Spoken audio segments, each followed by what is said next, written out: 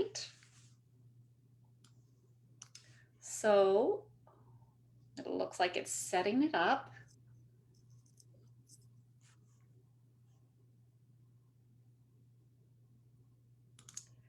And here we are. So we are live in the Facebook group now, Trish. So welcome to Wellness by Design. I am Jane Hogan. I'm the wellness engineer, and I worked as a real engineer for about 30 years till I decided to hang up my hard hat, follow my heart after physical pain told me I had to make some changes in my life. So this show, Wellness by Design, is all about people living intentionally to create wellness, to overcome pain and inflammation by not reacting to the world around them, but by intentionally designing a life and that supports their body. So my guest today is Trish Tonaj, and I'm just going to read Trish's bio here. She believes in the power of storytelling and knows that sharing stories creates an environment of mentorship, business innovation, and collaboration that supports great ideas. As a business consultant, master coach, and certified personal trainer, she works with businesses promoting innovation and teamwork that aligns people, culture with ongoing success. Trish is the founder and host for the Share Our Stories Online series, featuring entrepreneurs and enterprise leaders introducing the person behind the logo. She is also the host for a weekly live interview and podcast show, Business Mentorship, Keepin It Real, and brings us together today in these workshops, Invest in Yourself. As a published author, she has 2 books, Breaking Barriers, 10 Entrepreneurial Women Share Their Stories, and a Diary of Change, 12 Personal Tools. With a love of writing, she has co-authored an e-magazine on wealth and well-being and is a regular contributor to Thrive Global and CanFit Pro magazine. Trish, I'm so happy to have you here. Thanks so much for being here today. Thank you so much for the invitation, Jane. It's really great to connect with you and all of the folks in your network. Yeah, I know you've got some great things to offer. A little bit of a different twist, because often I have people who are, right in the trenches in terms of helping people improve their health. You're giving us a little bit of a different perspective today. And I know that you talk about wealth and wellness and how they go together. But before we get into that, I really would love a little bit of background on what brought you into this line of work. Sure. So I started my first company in 1993 as an entrepreneur, and I was doing marketing and communications. So I was working with companies doing customer and employee recognition programs. And I closed that business in 2008 and made a transition into business consulting, where I was helping organizations with their marketing strategies. And, businesses evolve and change, and really our customers actually open the doors to new opportunities. So I became a certified personal trainer at the same time as I started business consulting, because I noticed that there were a number of folks who were struggling with wellness in the workplace. And I didn't really want to start sort of a wellness and workshop sort of combination. So what I started to do was include wellness with leadership teams as part of the alignment with marketing strategies. So it's kind of an interesting way of kind of poking into that wellness field. And of course, I've suffered corporate burnout twice. So I sort of know what the signs and symptoms are. And when you're an entrepreneur, sometimes we work way too many hours. I'm sure when you had your hard hat on, you were also working too many hours. So, those kind of things, they seem to be part of our culture right now. We're all working harder. And so I wanted to try to help people work a little smarter when they were putting their health perspective. I love that, working smarter. So you said recognizing the signs of burnout. So can we talk about that a little bit? Because some people may not even be realizing. I know I didn't realize that I was burning out, kind of like from the inside, really from the inside out. It wasn't very apparent on the outside when it was really happening on the inside. So can you talk a little bit about what those signs are? Yeah, for sure. So one of the things, the first real is not necessarily a symptom, but one of the triggers or the signposts is how many hours are you working in the week? Yeah. And, we tend to start working on the adrenaline factor, right? Because, we're really not supposed to work 50, 60, 70. I've had some entrepreneurs that work 80 hours a week. So, they're spending all of their time at the office, and that usually means that we have very little downtime. So the first outward sign is the number of hours that we're working. One of the physical symptoms is not being able to sleep. That's usually the first one, because we're just so wound up with all of the various different things that we have to do in the day that when we do finally, shovel some food in and get ready to go to bed, the brain is just working overtime, and you just can't shut it off. So that's one of the first symptoms, actually, is not being able to sleep. Mm-hmm. The second one is actually food related, because you tend not to eat very well. Yes. Yes, that's true.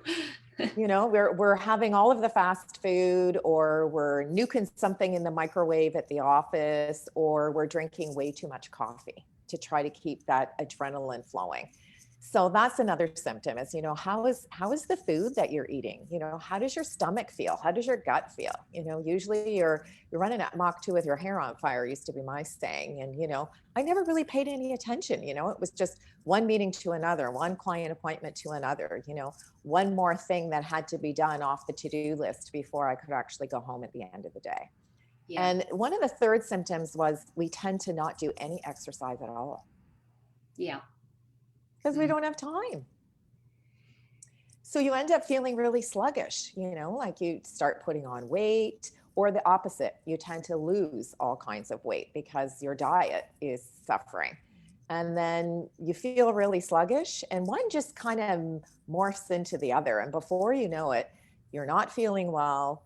You think you start getting things like colds even, you start catching things that are going around in your household because your immune system is down. So it kind of is that sort of slippery slope, and it sort of starts with the very first thing I tell people is, how many hours did you work this week? That is so enlightening, Trish, because I know a lot of the friends that I have in the wellness space. We're all entrepreneurs, and we're so passionate about what we do that we sort of feel very motivated to helping people. And so that, keeps you going, working all the time. And as you're saying these things, I'm like, I work a lot. Didn't sleep that well last night.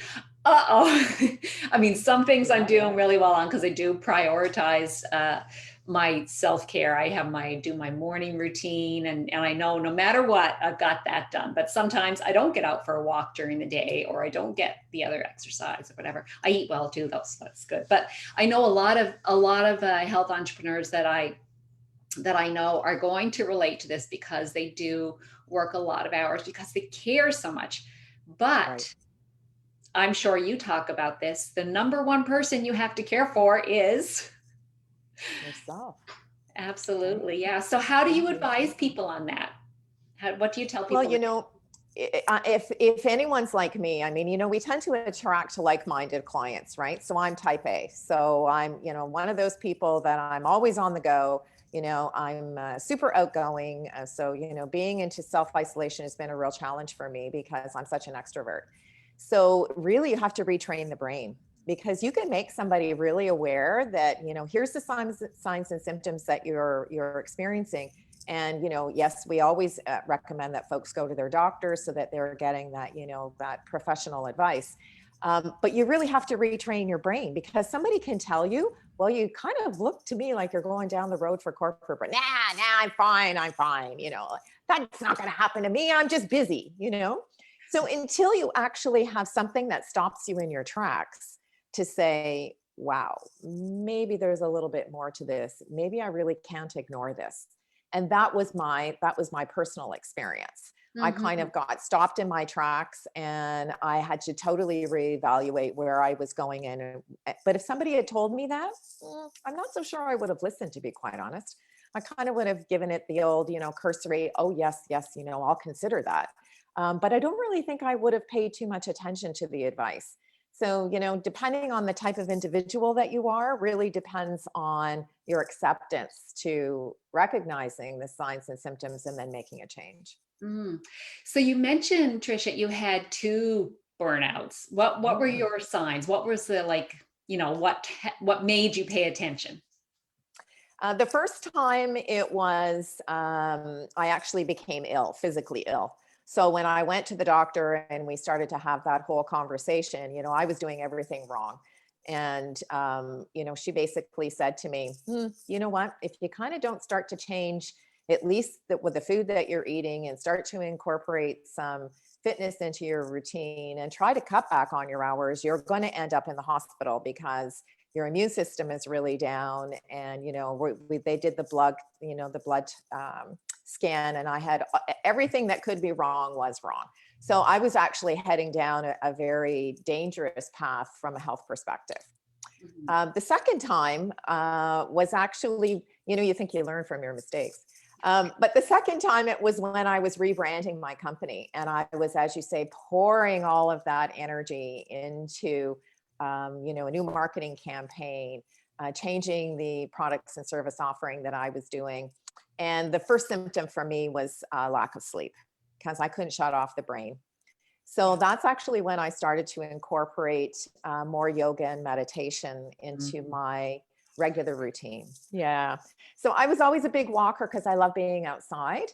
But, if somebody had said to me at one point in time, you need to do some meditation, I would have been like, oh my God, seriously, rolling my eyes going, really? Sitting cross-legged with my fingers on my, knees going, I don't think so. So I had to retrain the brain, right? I started with guided meditation because I thought, how the heck am I going to be able to do this? Yes. And so started with guided meditation, and now it's become part of my everyday practice. But I'm sure lots of people can relate. They think that some of this stuff is all woo-hoo until you experience it. Yeah. And then you have to make a change. Yes, so true, so true. And I found for myself and a lot of my clients as well, and just people in my audience, a guided meditation is a great way to start, because a lot of us just don't know how to stop Yeah. that chatter going. But with a Yeah, guided for sure. meditation, it's kind of like someone's talking to me and I got to be polite and listen. And so Right. that can help. I found that a really great way to start as well. And then gradually you get better at managing that mind where you can find that Yeah. place of calm. And it's an amazingly healing place, don't you find? And Absolutely. I always knew that. And of course, yoga and meditation have been around for thousands of years. We've known those cultures knew how powerful it was. And now we're finding out, really the science behind it, and that it actually calms our central nervous system and puts it into that rest, digest, repair state, the parasympathetic state, as opposed to that fight, flight, fear state, which is what most of us are running around. And especially when we start to have physical evidence of it with our health, right? Right. So how long did it take you to kind of turn things around? The second time it took me a year. So I ended up doing IV therapy with a health practitioner to try to boost my immune system so that I could start to sort of make those physical changes. And at the same time, I really had to, believe it or not, look at my time management skills. Yeah. And where was I spending my time? What was I running around doing? I recently talked to someone who said, she had this squirrel technique. She was like all over the place, running here and running there, and so you really have to kind of sit down and go, okay, what's the priority here? What are we really trying? What's the objective? What's the goal? And had to use some of those skills and tips and resources that I was using on my clients, on myself, so that I could really dial everything back, take it to the base level, and start with a foundation, and then build something that was new and healthy and sustainable for the future. Beautiful, beautiful. And even people that are working, you know, they may be working not for themselves, but also just, as employees, they may be working really hard, but and may not be all work. It might be they're working hard. This is what I was doing. I was a busy Yeah. mother with 3 children that were into things. So it's that sustained stress, that Right. we really need to work at. And I think a lot of people are feeling it now, the people that are working from home, if their kids are Mhm. still in Newfoundland here now, we have the kids at home. So that's stressful for a lot of parents trying to juggle all of this. And so Mhm. they may not be thinking themselves as workaholics, but it's kind of like they got a sustained stress level that they're carrying around all the time. So we're speaking to you as well if you're For sure. You know what? Stress doesn't have, I say it has no boundaries, really. I mean, there's no age barriers, there's no gender barriers, there's no ethnicity barriers. It is seriously something that every single one of us experience.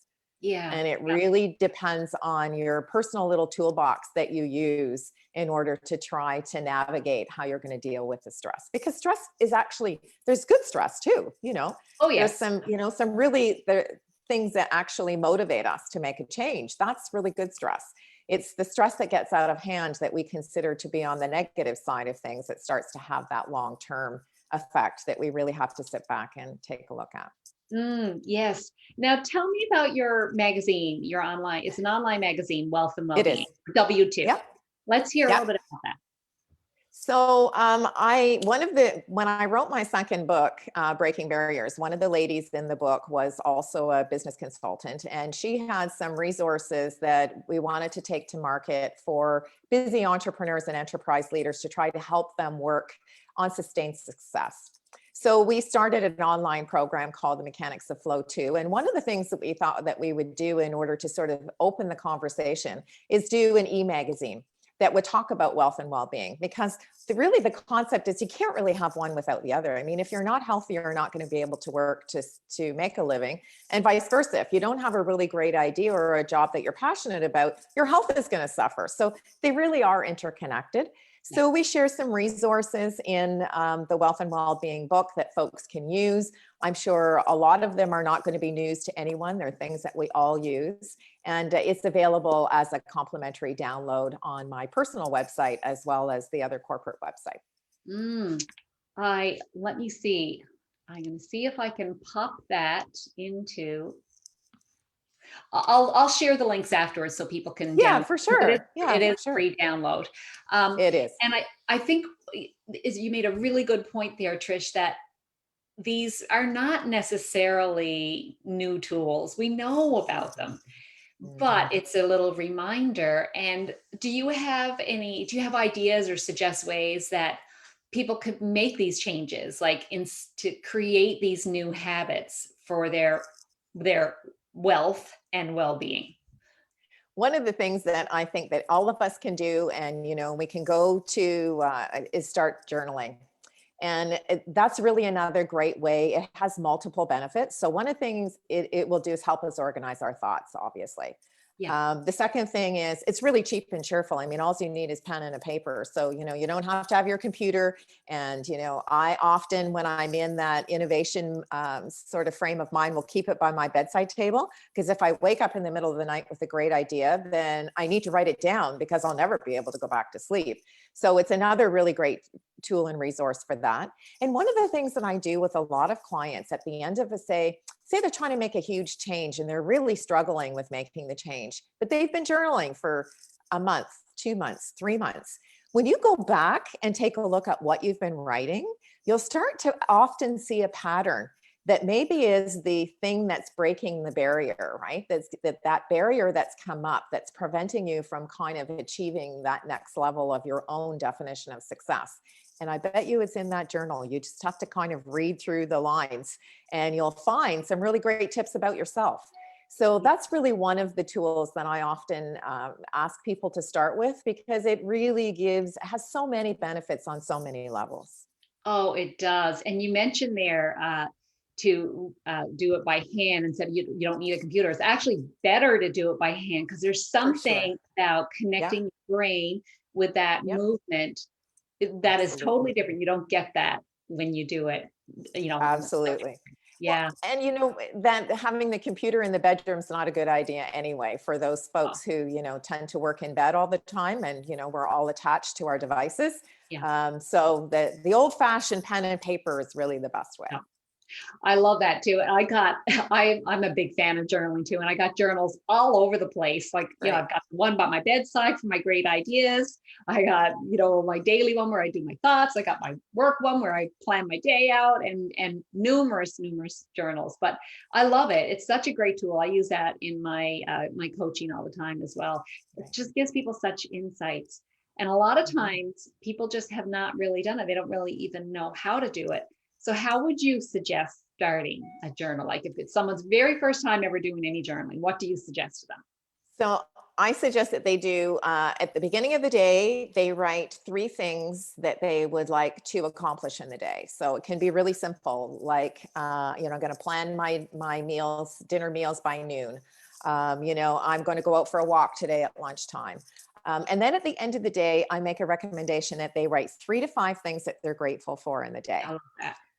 So in the morning, you do something, and 3 goals that you'd like to achieve in the day, and they can be really simple things. And then 3 to 5 things at the end of the day that you've been thankful and you're grateful for. And you will find that once you start using that as a guide, you'll write all kinds of things in the Yeah. journal as you become more comfortable.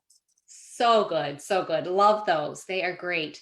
Okay. So I always end the show, and I got to remember, I got to do a prize draw before we leave. But before we do Okay. that, um, uh, what is my final question is always, what's one thing someone could do today to improve their health? What's your suggestion on that? Go for a walk. Go for a It's so walk. Oh, simple. Absolutely. Go for a walk. A 10 and 15-minute walk in the day is actually the absolute best thing that you can do for that total mind, body, spirit connection, because you're getting the fresh air, you're getting the movement for your body, and you're giving yourself an opportunity to just be in the moment and enjoy that 10 or 15-minute break. love that. Love that. It's so beautiful. And you know what? Right after this, my husband and I are going out for a walk because it's beautiful There and you go. sunny here today. But I know on the days when I get out for walks, I just feel so different. That So much little better. bit of fresh air, sunshine on your face, little break, and just that the movement, all of it's so good. That's such a great suggestion, Trish. Thank you so much.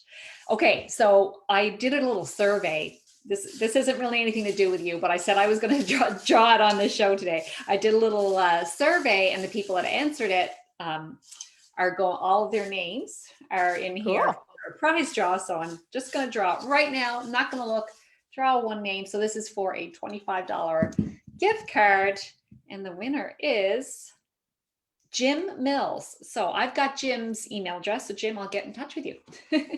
so Trish, thank you so much for being on Wellness by Design today. I really loved what you shared. Really a simple but powerful solutions for people to get their stress down and then be as effective as they can be in whatever work they're doing. So thank you so much for being on the show. Thank you very much for the invitation. It was really wonderful. Thank you. Okay, all right. Thanks so much. Bye.